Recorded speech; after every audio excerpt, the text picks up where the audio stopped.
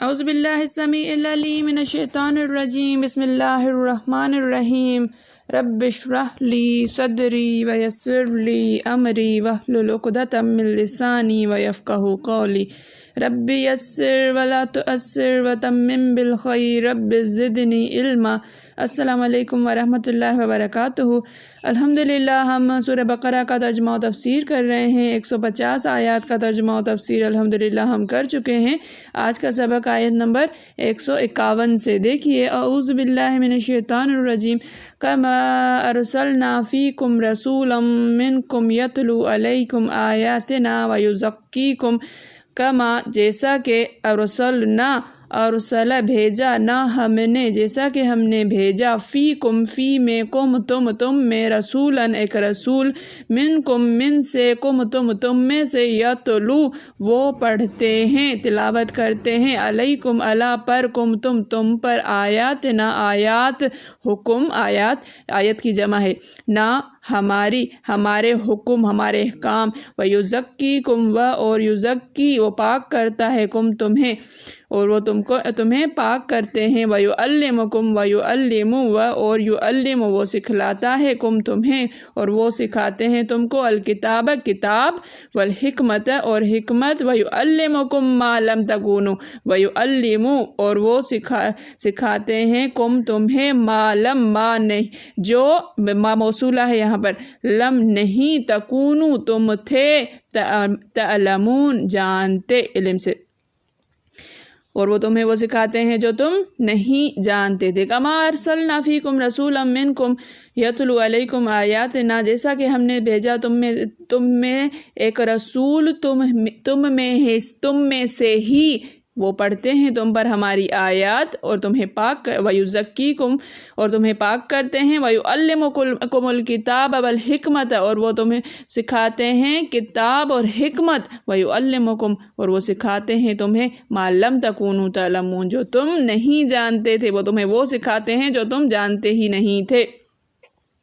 جس طرح من جملہ اور نعمتوں کے ہم نے تمہی میں سے ایک رسول بھیجے ہیں جو تم کو ہماری آیتیں پڑھ کر سناتے اور تمہیں پاک بناتے اور کتاب یعنی قرآن اور دانائی سکھاتے ہیں اور ایسی باتیں بتاتے ہیں جو تم پہلے نہیں جانتے تھے۔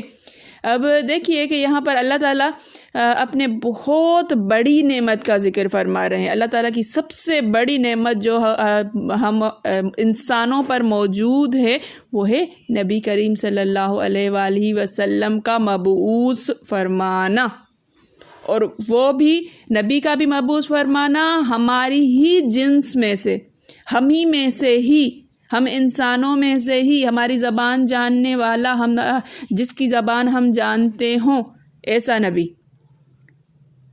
اس نے ہم میں ہماری جنس کا ایک نبی مبعوث فرمایا جو اللہ تعالیٰ کی روشن اور نورانی کتب کی آیتیں ہمارے سامنے تلاوت فرماتا ہے اور رذیل عادتوں اور نفس کی شرارتوں اور جاہلیت کے کاموں سے ہمیں روکتا ہے، خراب عادتوں سے، نفس کی خواہشات، شرارتوں، جاہلیت کے کاموں سے روکتا ہے۔ ایسا نبی ہمیں، یہ سب سے بڑی انسان ذات پر سب سے بڑی جو نعمت ہے وہ نبی کریم صلی اللہ علیہ وآلہ وسلم کا آنا، ہم مسلمانوں کے اوپر سب سے بڑی نعمت یہ ہے، یاد رکھیے گا، اور ظلم و کفر سے نکال کر نور ایمان کی طرف رہبری کرتا ہے، اور کتاب اور حکمت یعنی قرآن و حدیث ہمیں سکھاتا ہے۔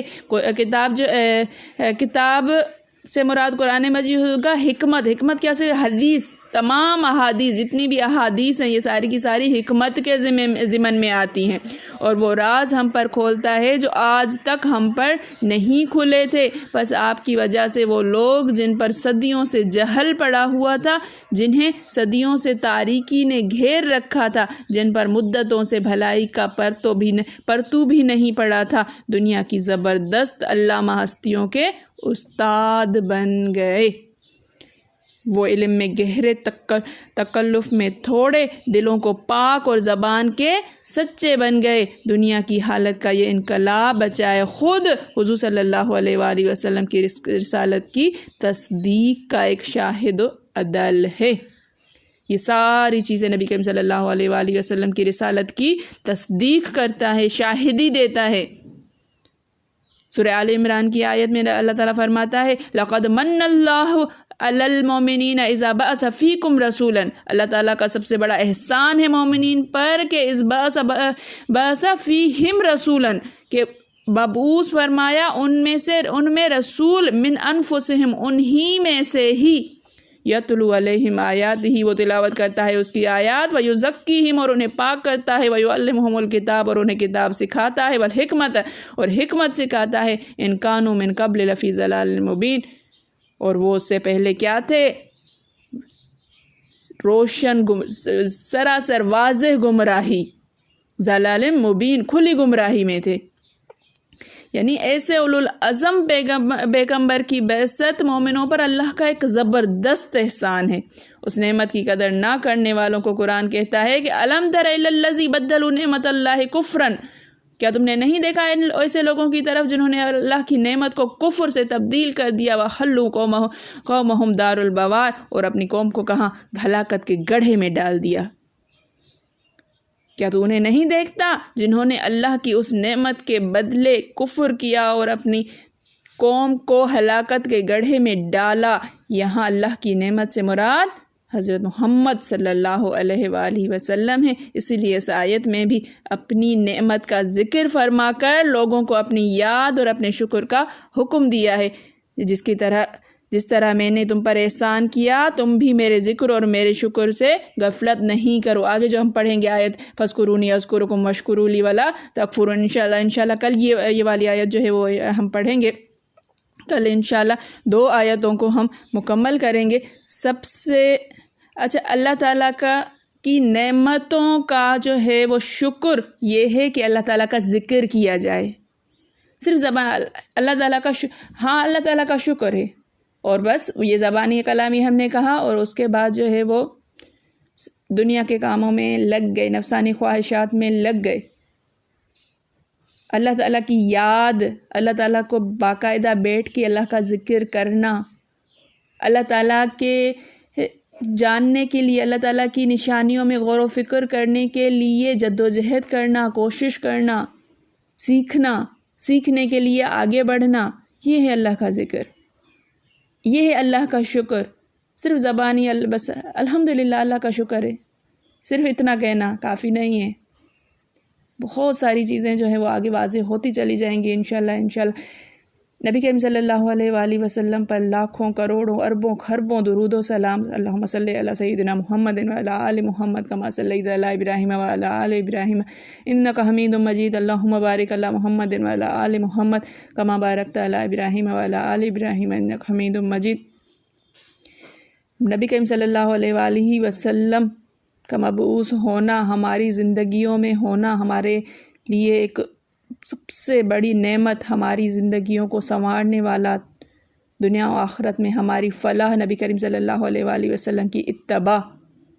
اللہ تعالی ہمیں توفیق عطا فرمائے نبی کریم صلی اللہ علیہ وآلہ وسلم کی اتباع کرنے کی، نبی کریم صلی اللہ علیہ وآلہ وسلم کے بتلائے ہوئے طریقے پر چلنے کی ہمیں اللہ تعالیٰ توفیق عطا فرمائے، اللہ تعالیٰ ہدایت کی راہ پر لگا دے، اللہ تعالیٰ ہدایت عطا فرمائے ہم سب کو، چھوٹوں کو، بڑوں کو، ہمیں ہمارے لیے راہ نجات پر چلنے والا بنا دے، ہمیں ہمارے بڑوں کے لیے صدقہ جاریہ بنا دے، ہمارے چھوٹوں کے لیے ایک ایسی راہ دکھلانے والا رہنما بنا دے کہ وہ ہمیں دیکھ کر ہماری راہ پر چلیں۔